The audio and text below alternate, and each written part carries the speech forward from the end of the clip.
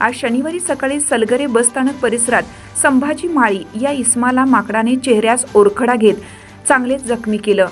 यामुळे चेहऱ्यास मोठी जखम झाली असून यासह अन्य दोघांना या माकडाने आजही जखमी केल्याची घटना घडली। यावेळी सलगरे येथील युवकांनी पुढाकार घेत या मोहिमेत चांगल्या पद्धतीने हातभार लावला। या मोकाट माकडाच्या हल्ल्यात आतापर्यंत 9 जण जखमी झाले असून अद्याप हे माकड वन विभागाच्या हाती न आल्याने ग्रामस्थांमध्ये भीतीचे वातावरण पसरले। आज सायंकाळी हनुमान मंदिराशेजारील एका 3 मजली इमारतीत खाली असलेल्या खाद्यपदार्थाच्या दुकानात हे माकड गेलं होतं। यावेळी बाहेरून सर्व दरवाजे बंद केले व यामध्ये राहत असलेले कुटुंबांनी आपल्या खोल्या बंद केल्या।